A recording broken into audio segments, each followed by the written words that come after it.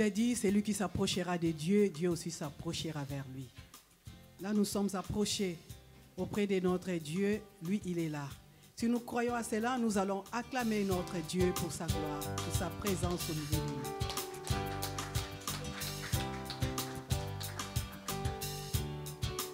La Bible dit dans Psaume 100, poussez des cris de joie à l'honneur de l'Éternel, habitant de toute la terre. Servez l'Éternel avec joie, venez avec allégresse à sa présence. Sachez que l'Éternel est Dieu, c'est lui qui nous a fait, et nous lui appartenons, nous sommes son peuple, les troupeaux dont il est le berger. Entrez dans ses portes avec reconnaissance, dans ses parvis avec des chants de louanges. Célébrez-les, bénissez son nom, car l'Éternel est bon, sa bonté dure éternellement et sa fidélité de génération en génération. Succès, nous allons nous lever pour chanter. Le fleuve de Dieu nous invite à danser, nous invite à chanter, à acclamer pour sa gloire. Amen.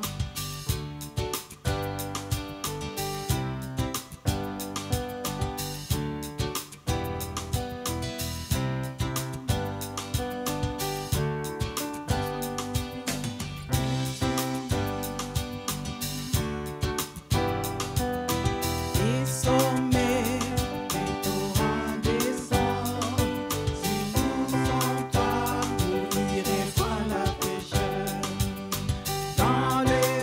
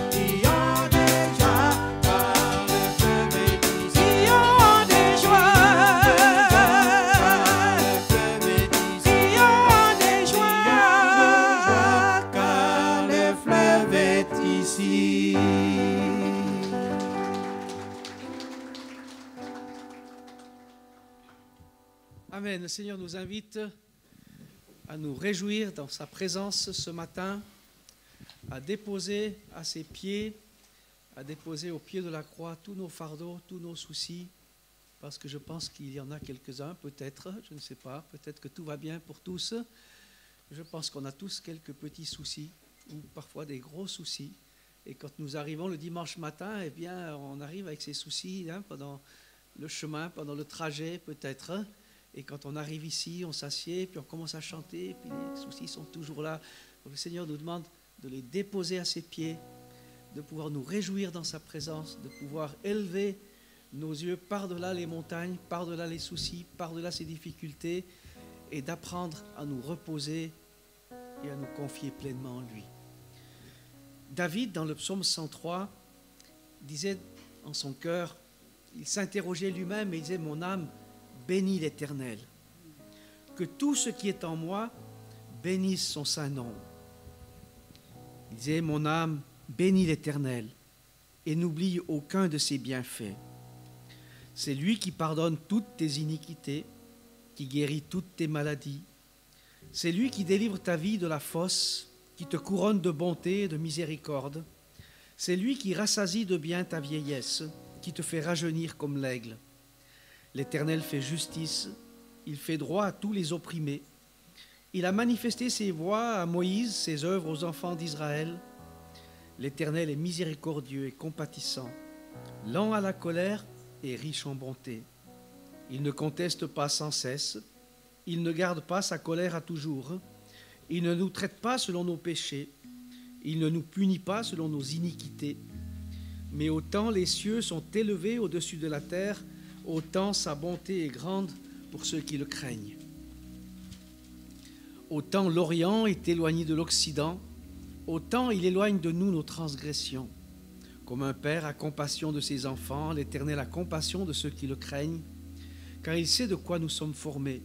Il se souvient que nous sommes poussière. L'homme, ses jours sont comme l'herbe, il fleurit comme la fleur des champs. Lorsqu'un vent passe sur elle, elle n'est plus, et le lieu qu'elle occupait ne la reconnaît plus. Mais la bonté de l'Éternel dure à jamais pour ceux qui le craignent, et sa miséricorde pour les enfants de leurs enfants, pour ceux qui gardent son alliance et se souviennent de ses commandements afin de les accomplir. L'Éternel a établi son trône dans les cieux et son règne domine sur toutes choses. Bénissez l'Éternel, vous, ses anges, qui êtes puissants en force et qui exécutez ses ordres, en obéissant à la voix de sa parole. Bénissez l'Éternel, vous, toutes ses armées, qui êtes ses serviteurs et qui faites sa volonté. Bénissez l'Éternel, vous, toutes ses œuvres, dans tous les lieux de sa domination. Mon âme, bénis l'Éternel. Seigneur notre Dieu et notre Père, nous voulons, avec David, avec ce psaume que nous avons lu, proclamer ta grandeur et ta souveraineté. Nous incliner devant toi, Seigneur, et au plus profond de notre âme, te manifester notre gratitude, notre reconnaissance. Disposer nos cœurs à apprendre de toi, disposer nos cœurs à recevoir de toi la bénédiction que tu as préparée pour nous. Disposer nos cœurs à te faire confiance au milieu des vicissitudes, au milieu des difficultés, au milieu des soucis de cette vie qui ne manque pas. Nous voulons, oh Dieu, venir devant toi ce matin, Seigneur, avec cette pleine certitude qu'en Jésus-Christ, tu nous as pardonné, tu veux nous pardonner, tu veux nous bénir, tu veux nous remplir de ta grâce, de ta présence, tu veux diriger nos vies, tu veux nous conduire à la victoire que tu as déjà préparée d'avance pour nous. Merci, ô Dieu, pour ta grâce. Bénis ce culte, bénis nos vies, dans le nom de Jésus-Christ. Amen. Nous allons continuer la louange et je vous invite à vous tenir debout pour chanter « Dieu est puissant ». Il est juste et grand, il peut tout accomplir. C'est vrai que parfois on peut avoir beaucoup de préoccupations, on peut se sentir faible, mais nous servons un Dieu qui est puissant. Et donc nous pouvons vraiment faire cette déclaration en le louant, en dansant, en tapant des mains. Dieu est puissant, il ouvre la voie, il fait plus que nous pouvons imaginer, penser, demander. Amen.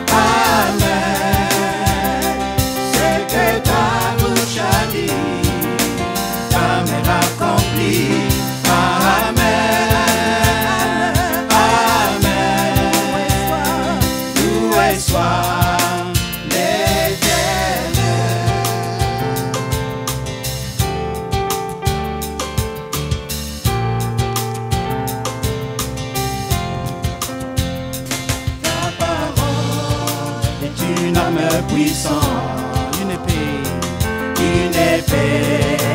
à double tranchant.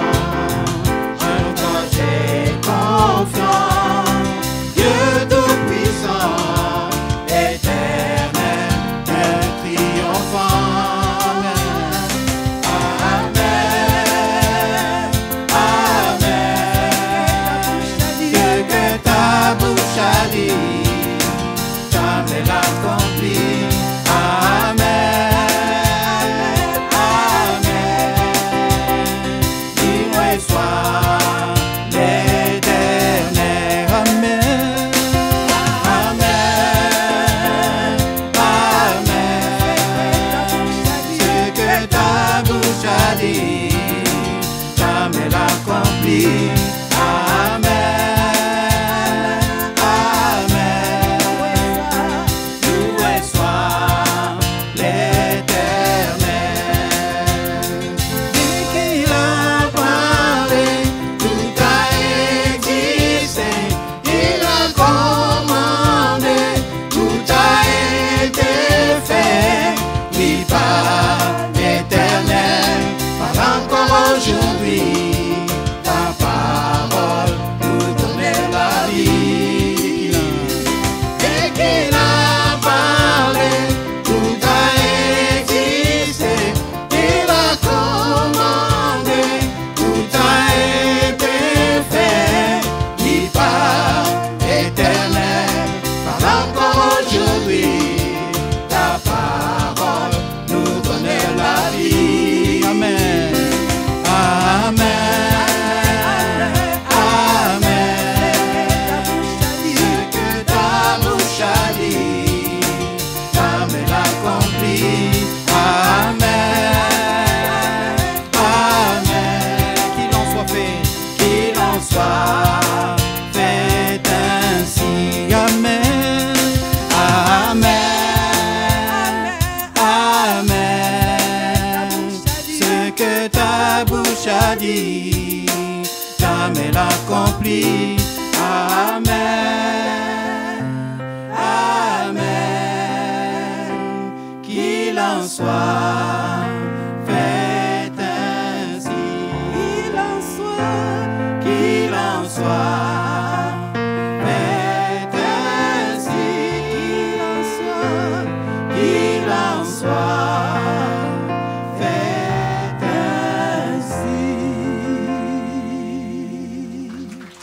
Amen. J'aime sa présence. Sa présence nous rassure. Sa présence nous protège. Sa présence nous sauve. Sa présence nous sécurise. C'est pour cela que nous allons chanter dans la présence de Dieu. J'aime sa présence.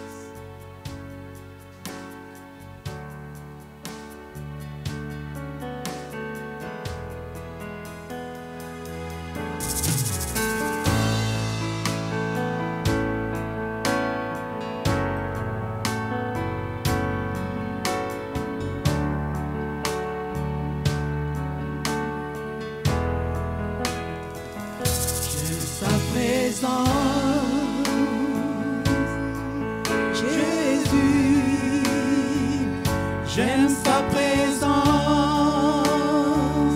mon bien-aimé. J'aime sa présence, Jésus. J'aime sa présence, mon bien-aimé. Et ton amour est là, tout sans infini.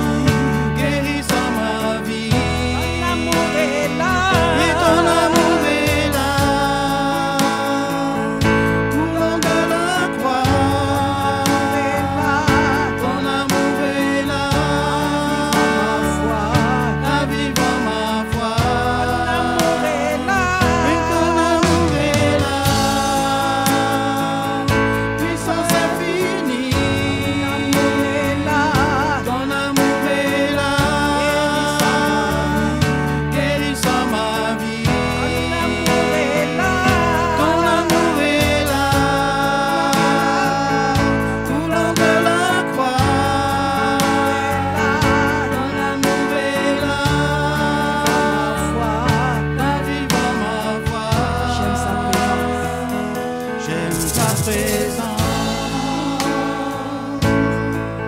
Jésus, j'aime sa présence, mon bien-aimé.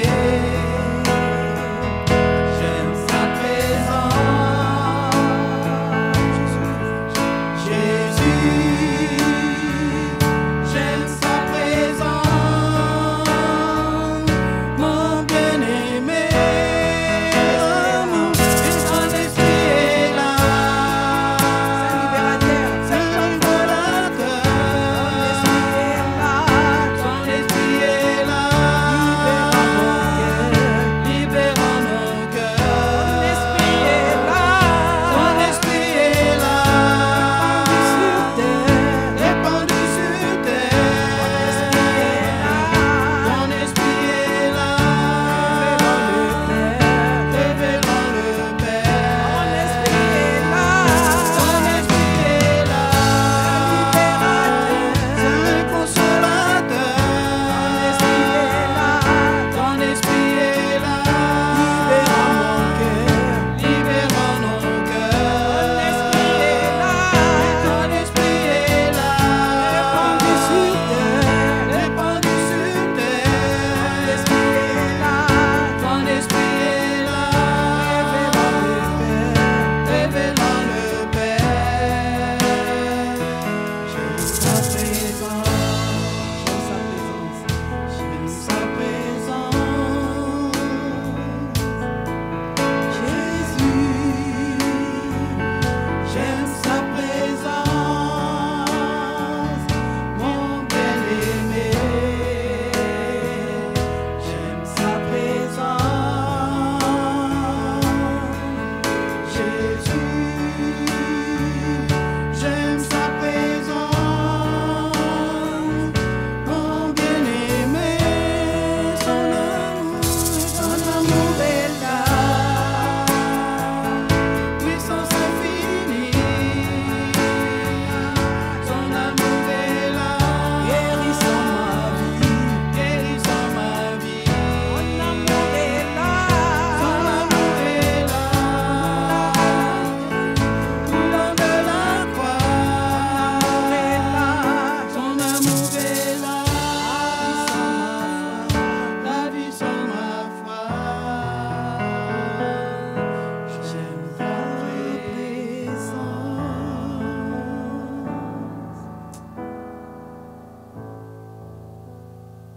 Éternel notre Dieu, j'aime ta présence dans ma vie. Ta présence me rassure. Ta présence, Seigneur, me protège. Ta présence me donne la paix, me donne la joie. Parce que tu es un Dieu grand. Tu es un Dieu fidèle. Tu es le Dieu qui est toujours avec nous. Tu es pour moi, pour nous, un héros qui sauve, Seigneur. Seigneur, merci pour tout ce que tu fais dans nos vies, pour tout ce que tu fais dans ton église, dans nos familles, Seigneur, dans ce monde. Sois béni, sois exalté au nom de Jésus. Amen. Oui, Seigneur, je te dis merci pour qui tu es, pour ce que tu fais, Seigneur. Tu es juste et grand, tu peux tout accomplir, Seigneur. Tu es plus grand que nos pensées, Seigneur. Tu es plus grand que nos désirs. Tu fais des grandes choses, Seigneur. En ton nom, j'ai la victoire. Amen. Seigneur, tu vis en nous. Tu nous ouvres la voie. Tu es plus grande que nos attentes. Tu es encore plus grande que nos espoirs. Tu fais des grandes choses. Tu es ici parmi nous, Seigneur. Ta grâce nous conduit.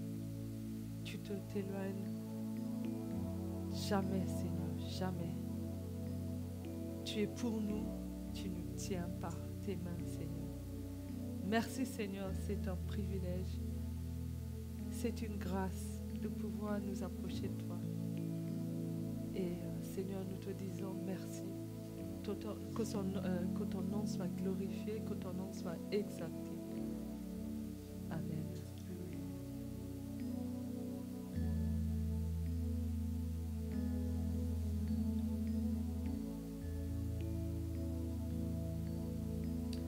nous allons continuer à louer notre Dieu par nos offrandes. Amen.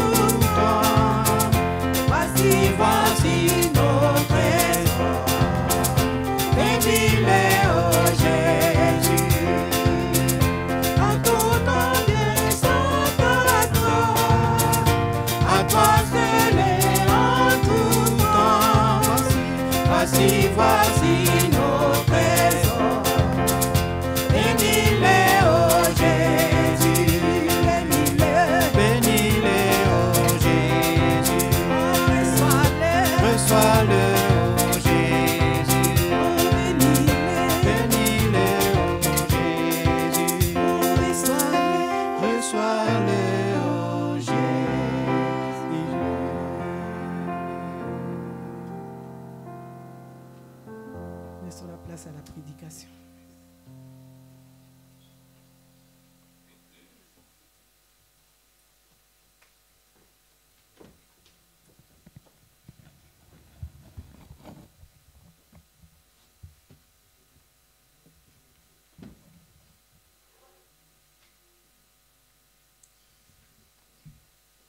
Bonjour, chers frères et sœurs. J'espère que vous allez bien. J'espère que vous allez bien. Le mois de février est en train de se terminer. Et Dieu merci, le soleil revient et on est content. Mais c'est vrai que ce mois de février, c'est un mois quand même particulier. Et j'ai quelques exemples. Souvent dans les entreprises, par exemple, c'est le mois des entretiens individuels, ce qu'on appelle les entretiens individuels. C'est-à-dire l'employé va aller rencontrer son chef, son manager, et il va lui dire toutes ses joies de travailler dans l'entreprise, il est content à fond, et il va négocier au passage peut-être une petite augmentation quand même. Et aussi, c'est le mois où s'il n'est pas satisfait, ben, il va rendre sa démission. Voilà. Surtout dans les directions. Et puis, c'est aussi le mois où c'est vrai qu'on sort un peu de périodes où il fait plus froid, il fait froid. Hein, on est tombé malade, ou des fois la grippe. Et on en sort petit à petit. Merci Seigneur. Pour nous, à l'église ici, et dans nos ministères, c'est un peu le mois des premiers bilans, des résolutions qu'on a prises au début de l'année. Hein. On voit un peu où est-ce qu'on s'en va. Par exemple, à la louange, est-ce qu'on a suffisamment de personnes pour remplir le planning? Est-ce qu'on a assez de musiciens, de chanteurs, etc. Alors c'est vrai que le mois de février, c'est un mois court, mais c'est un mois dense. Et on peut en ressortir un peu fatigué des fois. J'aimerais aujourd'hui méditer avec vous sur un passage dans Ésaïe. C'est le prophète Ésaïe qui s'adresse aux Israélites. Il leur donne des mots d'encouragement, des mots de confiance en Dieu. On va méditer aujourd'hui dans Ésaïe 40, des versets 39 à 31. Mais avant, je vous invite à prier avec moi. Merci Seigneur, que ton nom soit béni, que ton nom soit glorifié. Merci pour ta parole qui nous parle. Vais-toi me conduire, Seigneur, pour que je sois un porte-parole fidèle à ce que tu veux nous dire aujourd'hui. Que nous soyons aussi tous des auditeurs attentifs, Seigneur. Merci pour ta parole. Au nom de Jésus. Amen. Ésaïe 40, 29 à 31.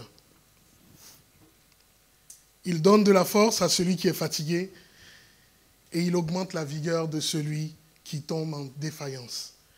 Les adolescents se fatiguent et se lassent et les jeunes hommes chancellent. Mais ceux qui se confient en l'Éternel renouvellent leur force. Ils prennent le vol comme les aigles, ils courent et ne se lassent point, ils marchent et ne se fatiguent point. Amen. Pour bien comprendre l'état d'esprit dans lequel se trouve et le peuple et le prophète Ésaïe qui écrit ce livre, il m'est apparu important de revenir sur le contexte et le sens premier, non seulement de ce livre d'Ésaïe, mais donc de notre passage aujourd'hui. De reprendre un peu dans quel contexte a été écrit ce livre et les écrits qu'on a lus tout à l'heure. Alors je vous invite avec moi, à venir avec moi, à retourner un peu avec moi dans cette histoire et à retourner 2000, 2700 ans dans le contexte de Ésaïe 40. Vous le savez certainement, après la mort du roi Salomon, le fils de David, et après la cession au pouvoir de son fils, Roboam, celui-ci, par ses mauvais jugements, va provoquer une division d'Israël en deux. On a d'une part le royaume du Nord, qu'on appelle aussi royaume d'Israël, et puis le royaume de Juda, de l'autre part. Vous pourrez lire cette histoire dans 1 Roi 12. Ces deux royaumes frères, issus de l'alliance avec Dieu, évoluaient désormais séparément, avec des histoires différentes, avec des rois différents, avec peut-être aussi souvent des coutumes différentes. Mais ces deux royaumes, qui pourtant étaient liés par l'alliance avec leur Dieu, mais ces deux royaumes et leurs dirigeants n'étaient souvent pas fidèles à l'alliance qu'ils avaient faite ou que leurs ancêtres avaient faite avec Dieu. Et Dieu va manifester son jugement une première fois en suscitant un royaume encore plus puissant contre ces deux royaumes. C'est l'Assyrie. Ce royaume, ou même on peut parler d'empire, est tellement puissant que les deux royaumes, royaume du Nord, royaume de Juda, deviennent ses vassaux. Ils doivent se soumettre à ses lois et diktats. Et lorsque le royaume du Nord décide de se révolter contre l'Assyrie, celui-ci attaque et détruit le royaume du Nord. Il détruit la Samarie, sa capitale, et déporte ses habitants. Par la suite, le royaume de Juda, qui jusqu'à là était tranquille, se soumettait, va se révolter aussi. Et l'Assyrie va l'attaquer. Mais les troupes assyriennes sont stoppées miraculeusement aux portes de Jérusalem. Ainsi donc Israël, divisé en deux royaumes, est en ce moment, au moment où est écrit Ésaïe, dans une situation désespérée. L'un des royaumes est détruit, les habitants déportés en masse, c'est le royaume du Nord, et l'autre, le royaume de Juda, est presque détruit. Et la capitale, Jérusalem, ne tient que par le miracle de Dieu. On sait après que de toute façon, Jérusalem sera détruit, mais par un autre empire, Babylone. C'est dans ce contexte que le prophète Ésaïe vit. Et probablement, on dit qu'il vivait à Jérusalem même, dans le royaume de Juda. Et donc, il est témoin de tous ces bouleversements. Ésaïe prophétisa de 740, 739 à 681 avant Jésus-Christ, sous le règne de 4 rois de Juda. Et il trouva la mort, d'ailleurs, sous le règne d'un 5e, le méchant roi Manassé. C'est un temps où la nation de Juda se détourne de Dieu. Il a tourné le dos à Dieu, il s'est éloigné de lui. ce qui a créé le besoin des déclarations de jugement d'Ésaïe, des déclarations faites dans l'espoir que le peuple élu de Dieu reviendrait à lui. Le livre d'Ésaïe est divisé en 2 parties. Les 39 premiers chapitres traitent du jugement imminent et la deuxième partie, les 27 autres chapitres, traitent du pardon et de la délivrance. Les 39 premiers chapitres traitent du péché du peuple, mais les 27 derniers chapitres traitent d'un sauveur qui vient. 66 chapitres en tout. C'est intéressant de constater qu'il y a le même nombre de chapitres que le nombre de livres dans la Bible. Et puis la similarité ne s'arrête pas là. Il y a une certaine similarité aussi dans les thèmes. D'une part, les 39 premiers chapitres du livre d'Ésaïe, l'Éternel y prévient le peuple de la destruction de la nation, de la déportation du peuple vers des terres étrangères. Dans l'Ancien Testament aussi, avec ces 39 livres, on traite souvent du péché du peuple d'Israël.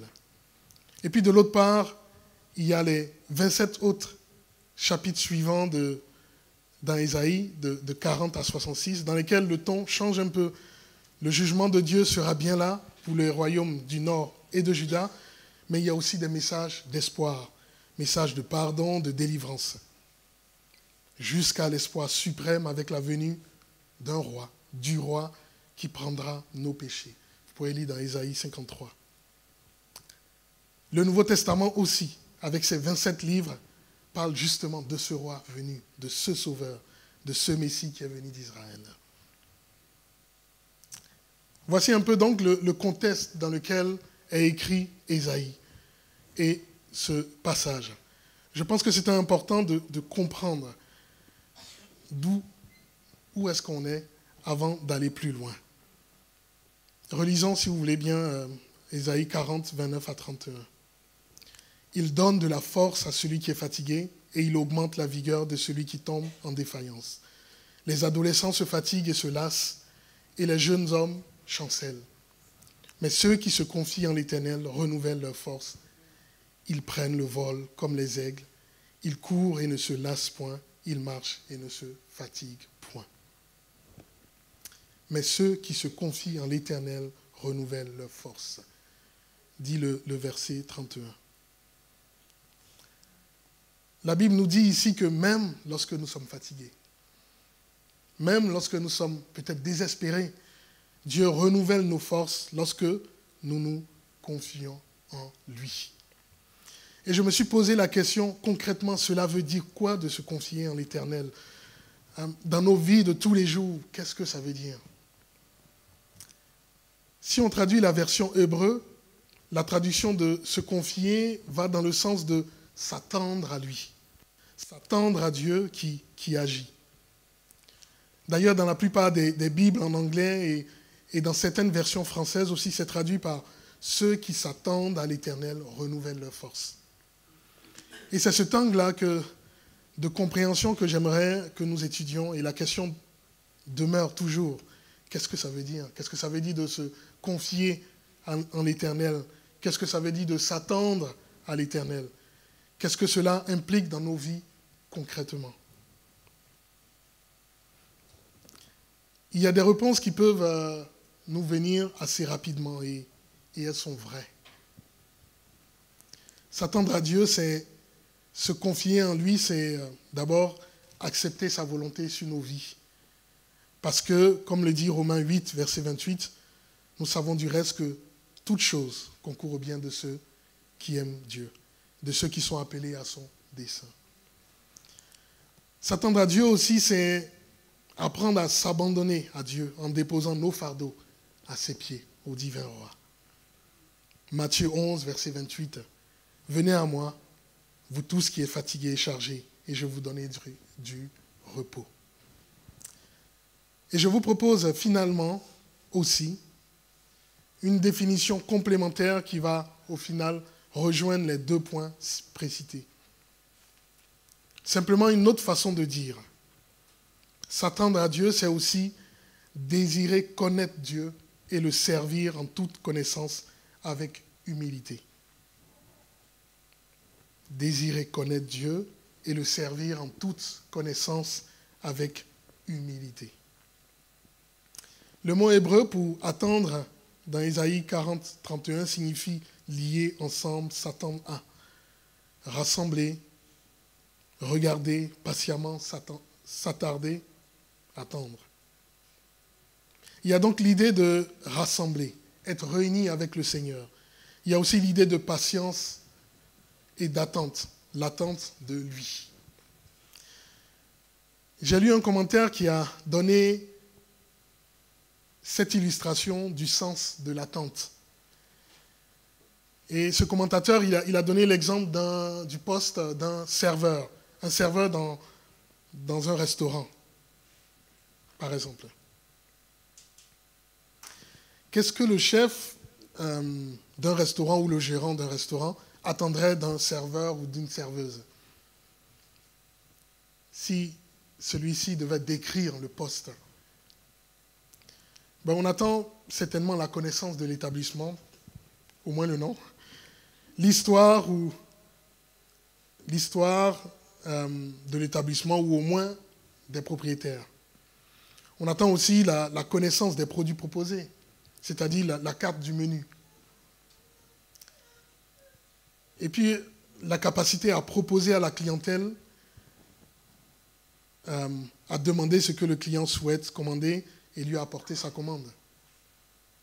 En d'autres termes, si on doit faire une fiche de poste pour un poste de serveur, par exemple, cela pourrait se résumer à un serveur qui sert, mais qui connaît aussi le service qu'il a à fournir. Je crois que c'est le cœur même de ce qu'est l'attente du Seigneur. C'est acquérir la connaissance de lui. Et nous avons pour cela la parole du Seigneur, la Bible. Nous avons aussi l'occasion d'assister à des études bibliques. Et l'attente du Seigneur, c'est aussi demander à Dieu ce qu'il attend de nous en retour. Cela nous amène à une relation étroite avec lui, mais il doit y avoir la volonté de notre part de servir, une volonté claire qui en découle. Du coup, si on comprend bien, s'attendre à Dieu, se confier à Dieu, ce n'est pas passif du tout. Au contraire, nous devons sortir et accomplir ce que Dieu veut que nous fassions et lui donner toute la gloire. En d'autres termes, ramener toute la gloire à Dieu.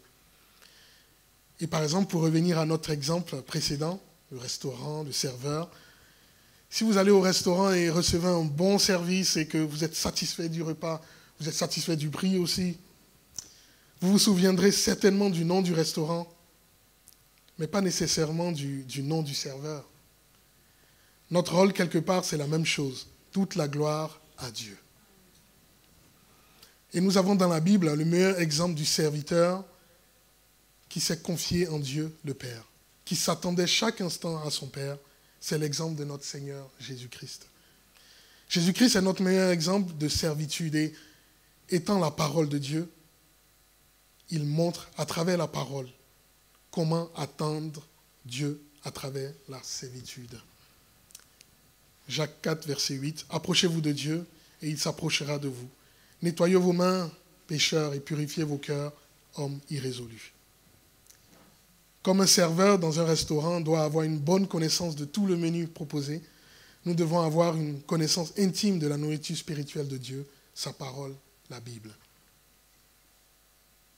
Proverbe 10, verset 28. « L'attente des justes n'est que joie, mais l'espérance des méchants périra. » Ou alors Michée 6, verset 8. « On t'a fait connaître, ô homme, ce qui est bien. » Et ce qui est bien, ce que nous devons faire, ce que nous devons espérer, est dans la parole de Dieu. Se confier en Dieu, s'attendre à lui, c'est acquérir la connaissance du Dieu vivant à travers sa parole et le servir pour sa gloire. Voici en l'occurrence ce que le prophète Ésaïe disait aux Israélites. C'était un moment où ce peuple se détournait sans cesse du Dieu de leurs ancêtres, le Dieu de l'Alliance. Et malgré le fait qu'ils étaient sous la menace des Assyriens, malgré le fait que ce peuple était fatigué des guerres, des fuites, des déportations, ils continuaient malgré tout à se détourner. Et Ésaïe, lui, continuait quand même à leur crier. Revenez à Dieu, rapprochez-vous de Dieu, attendez-vous à lui, confiez-vous à lui. Confiez-vous à lui parce qu'il y a une promesse, il y a des promesses. Amen. Ésaïe 40, verset 31. Mais ceux qui se confient en l'Éternel renouvellent leur force. Ils prennent le vol comme les aigles. Ils courent et ne se lassent point. Ils marchent et ne se fatiguent point. Voler comme l'aigle. Voilà bien un exemple. Qu'est-ce que cela peut nous apprendre?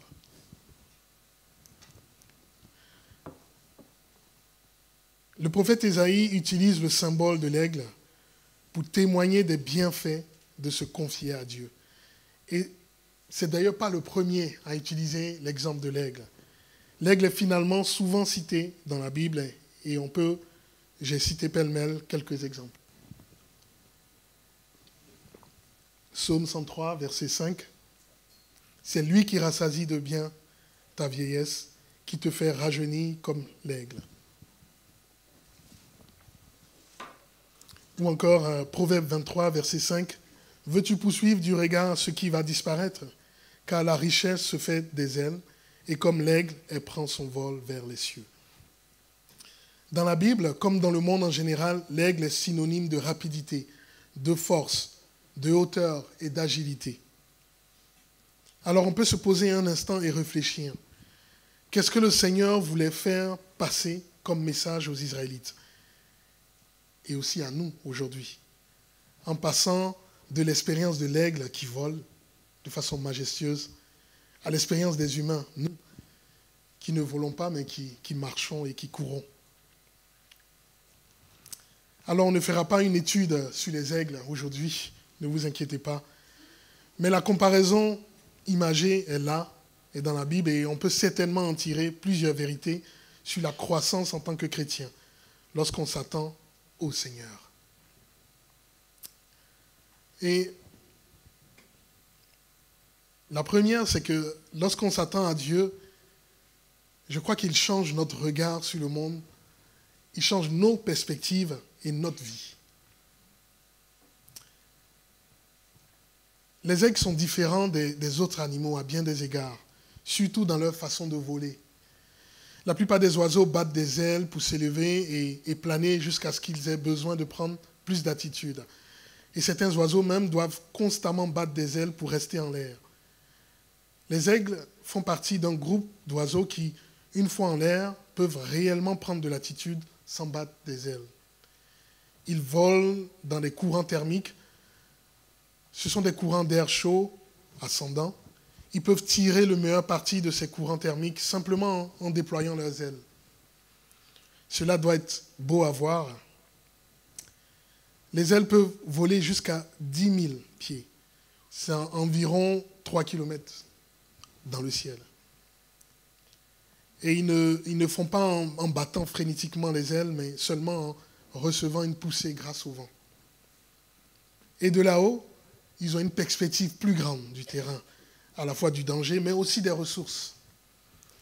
Et c'est de cette hauteur qu'ils peuvent chasser, se déplacer plus vite, plus loin ou plus longtemps, puisqu'ils se fatiguent moins vite. Et on voit déjà là, on comprend un peu mieux la comparaison faite par Ésaïe.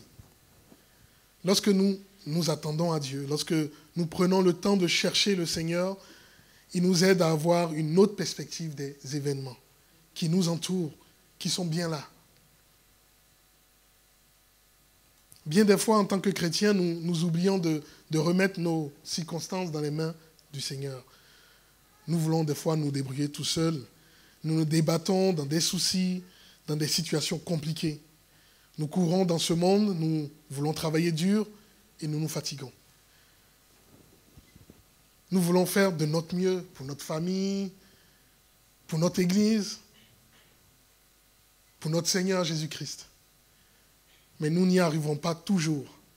Et nous nous fatiguons ou décourageons en route. Et puis des fois, nous ne voyons pas le service pour le Seigneur. Nous voyons le service pour le Seigneur qu'en courant, qu'en allant vite. C'est un peu de l'activisme exacerbé. Alors qu'on le voit dans le test, il y a un temps pour courir, mais il y a aussi un temps pour marcher. Alors à nous tous, servantes, serviteurs du Seigneur, le Seigneur dit dans sa parole, « Approchez-vous de moi, de ma parole, je vous donnerai le repos. » Je vous ferai voir les choses différemment, je vous ferai prendre du recul face aux circonstances qui sont, elles, bien là. Les circonstances sont là. En français, on utilise souvent l'expression « prendre de la hauteur ».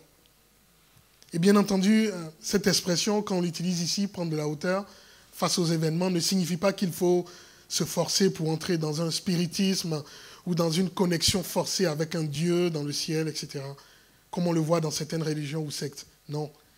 Le Seigneur nous dit simplement de prendre l'habitude de nous approcher de lui à travers sa parole, à travers nos requêtes de prière, à travers notre vie de sanctification. Et lui nous fera voir ou nous fera vivre les choses différemment. Et comme l'aigle qui vole sans trop se fatiguer, nous allons courir sans nous lasser. Nous allons marcher sans nous fatiguer. Nous allons nous reposer en lui. Amen. Matthieu 11, verset 29. Prenez mon joug sur vous et recevez mes instructions, car je suis doux et humble de cœur et vous trouverez du repos pour vos âmes. C'est la promesse du Seigneur Jésus-Christ pour nous. Amen. Cependant, même si nous nous réfugions en Dieu, dans sa parole, face aux circonstances, nous devons reconnaître aussi, nous pouvons tirer de ce test, de cette comparaison avec le vol de l'aigle, nous pouvons tirer aussi peut-être une deuxième leçon, une deuxième vérité. Et cette deuxième vérité, je l'ai intitulée « Ce n'est pas toujours une navigation facile. Le vol n'est pas toujours un succès. » Je vais l'expliquer plus tard. Mais il y a plusieurs autres réalités si on observe le vol de l'aigle. Et c'est vrai, on pourrait passer beaucoup de temps sur l'étude. Par exemple, il prend son envol. Quand il prend son envol, il ne reste pas indéfiniment en haut, dans le ciel. Non, parce que sa nourriture est en bas. Il doit descendre par moments. Et on peut symboliquement, c'est vrai, dire aussi que nous, chrétiens, nous sommes appelés, bien entendu, à aller dans le monde. À ne pas simplement rester dans notre coin, dans notre sécurité, ou seulement entre nous, car la moisson est grande. Et puis, quand il part, l'aigle, quand il vole, il ne sait jamais ce qu'il aura pour la moisson. Le succès du vol n'est pas garanti. Nous aussi, nous devons prendre courage, commencer deux fois, et deux fois recommencer, et deux fois recommencer encore. Cela fait partie de l'œuvre, car la moisson est grande et vaste. Mais il y a une autre réalité du vol de l'aigle, sur laquelle j'aimerais un peu plus étudier ici. C'est que ce n'est pas toujours simple pour lui, pour ce rapace, dans le ciel. Et surtout qu'il vole assez haut, il y a, par exemple, beaucoup de turbulences dans le ciel.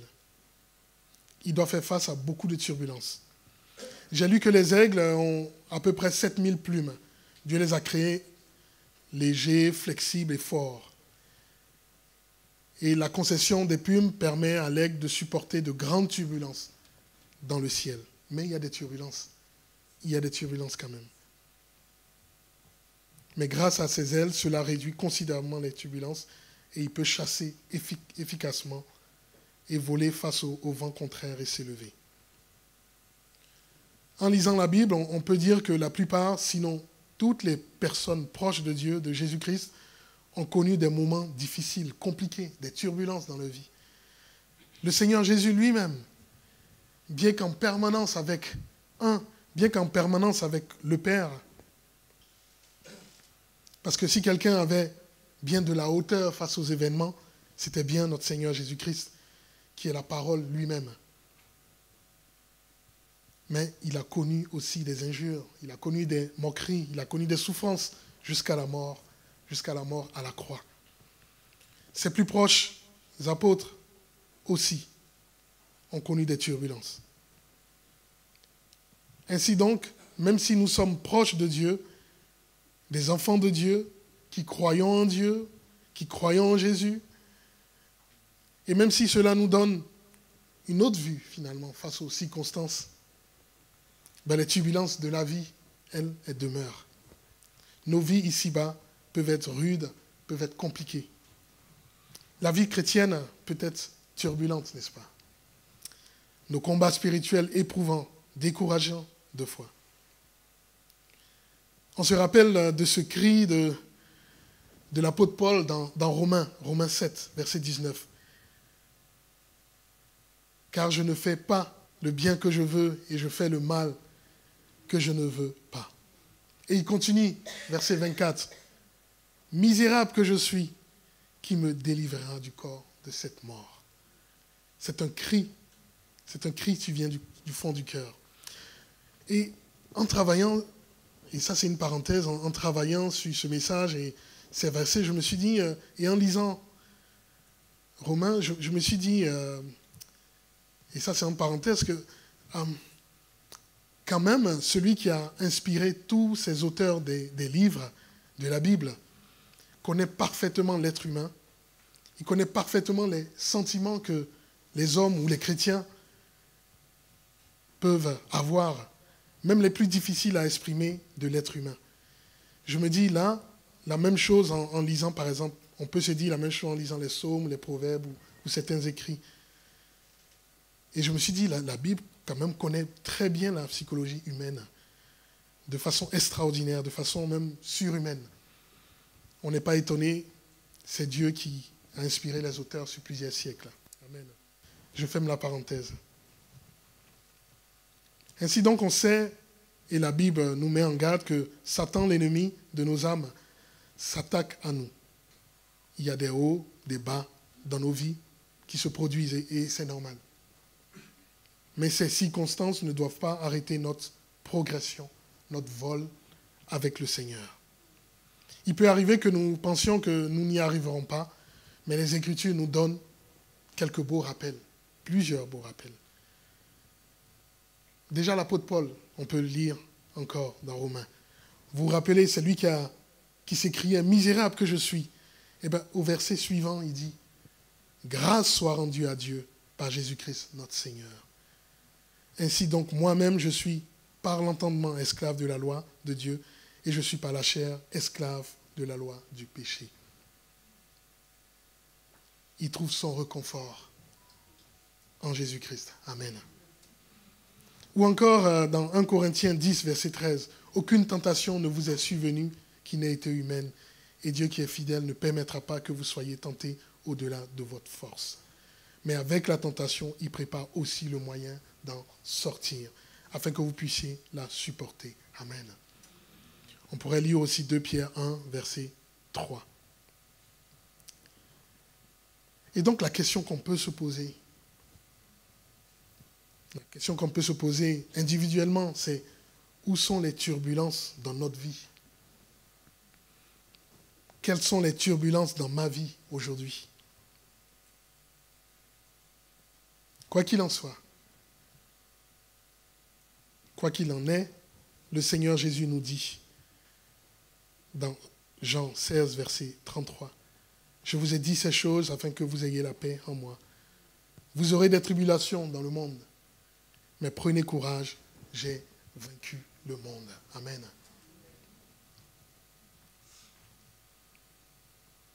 Qu'est-ce qu'on peut tirer? Qu'est-ce qu'on peut dire en conclusion?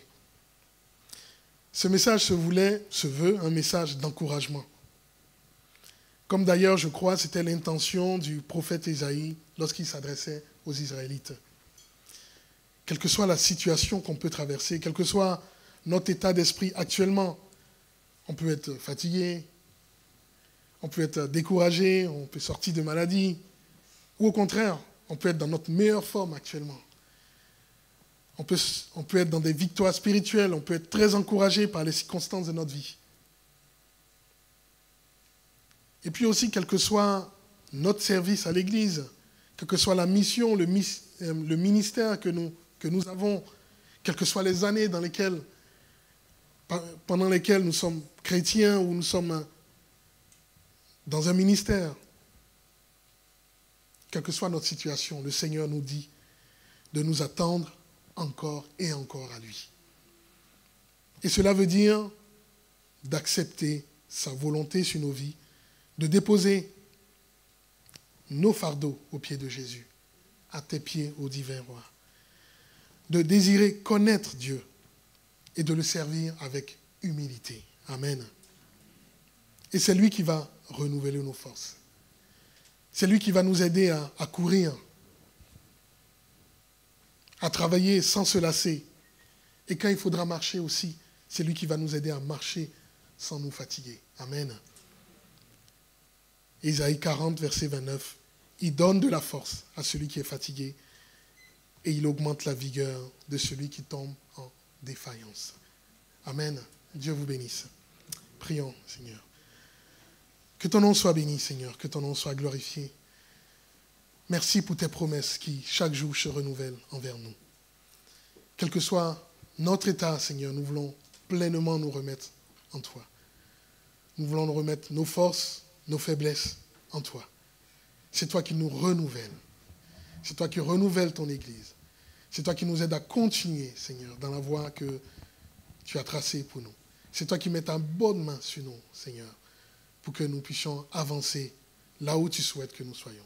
Que ton nom soit glorifié en nous, que ton nom soit glorifié dans ton Église, que ton nom soit glorifié à jamais. Au nom de Jésus. Amen. Amen.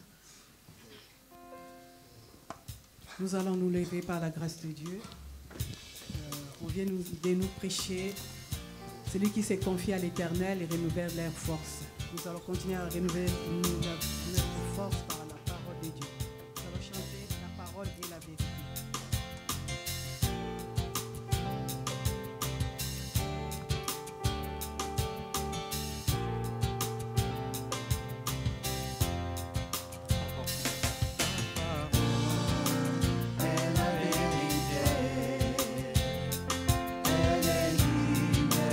Je te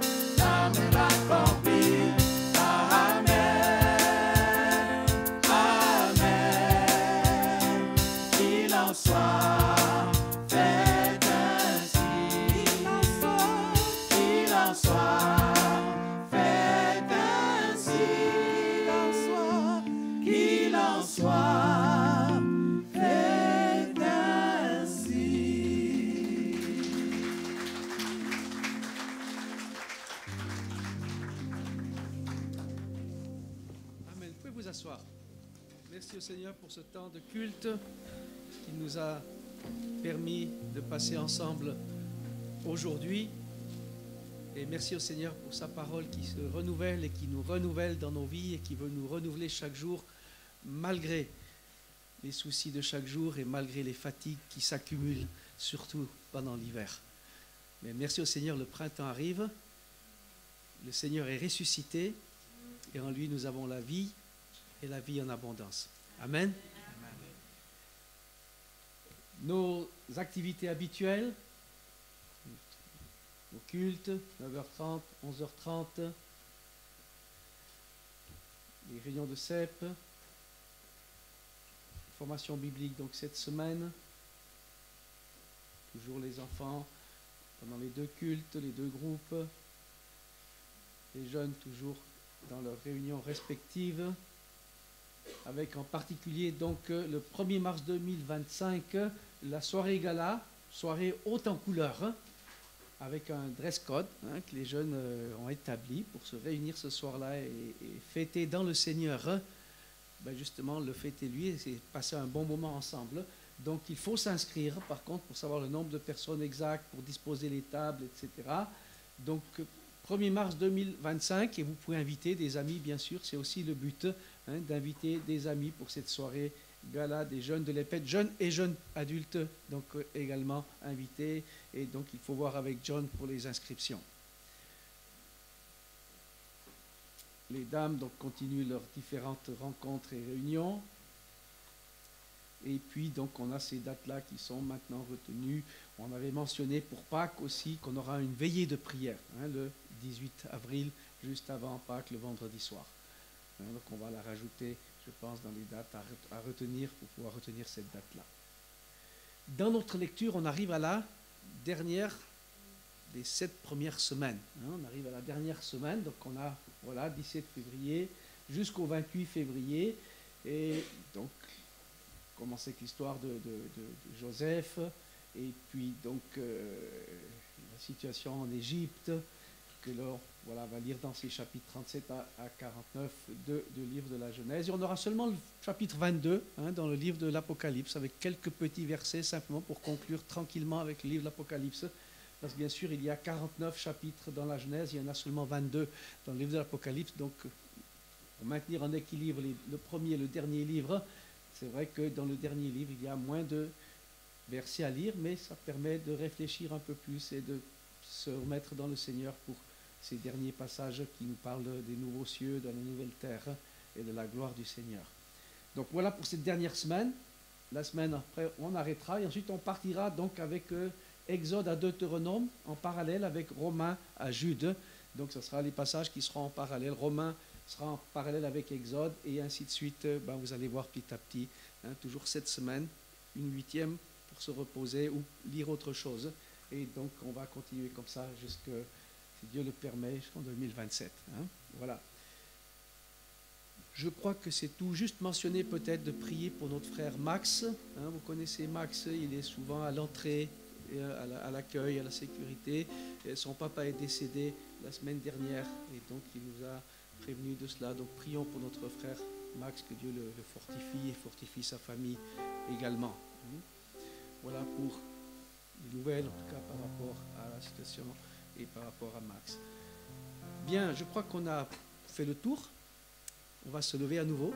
On va chanter comme on a l'habitude de le faire et louer le Seigneur une dernière fois avant de conclure ce culte aujourd'hui. Amen, amen, amen. Même si on est fatigué, on va danser, on va chanter pour la gloire de notre Dieu. C'est ça. Dansons, parlez tous ces cris. Wow. Ah, vous ne connaissez pas. Tout le monde répond gloire. Dansons, parlez tous ces cris. Gloire. Dansons, parlez tous ces cris. Gloire. Dansons, parlez tous ces cris. Gloire, gloire, gloire. Amen.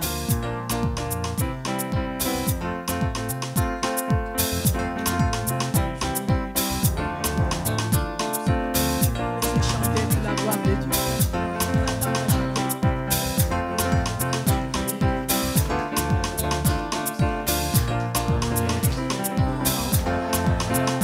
Fort. Oh Jésus, mon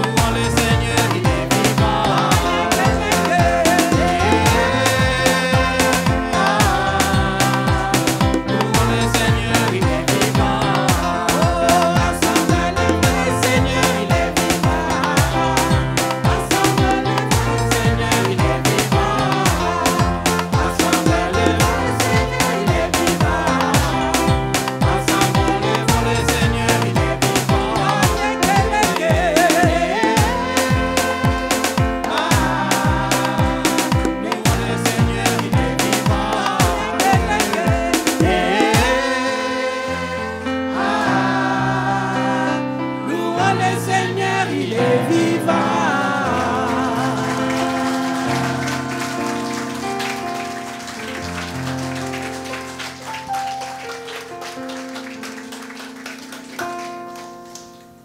Amen. Nous pouvons louer le Seigneur. Il est vivant.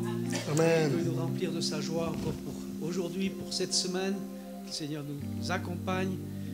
Je voudrais lire une dernière parole dans l'épître de Pierre et qui résume bien quelque part le message d'aujourd'hui, je pense.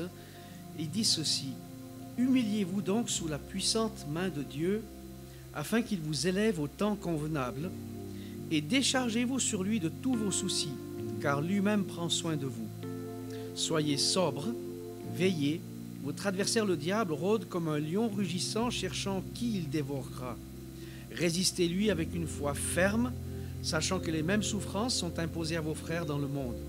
Le Dieu de toute grâce, qui vous a appelés en Jésus-Christ à sa gloire éternelle, après que vous aurez souffert un peu de temps, vous perfectionnera lui-même, vous affermira, vous fortifiera, vous rendra inébranlable.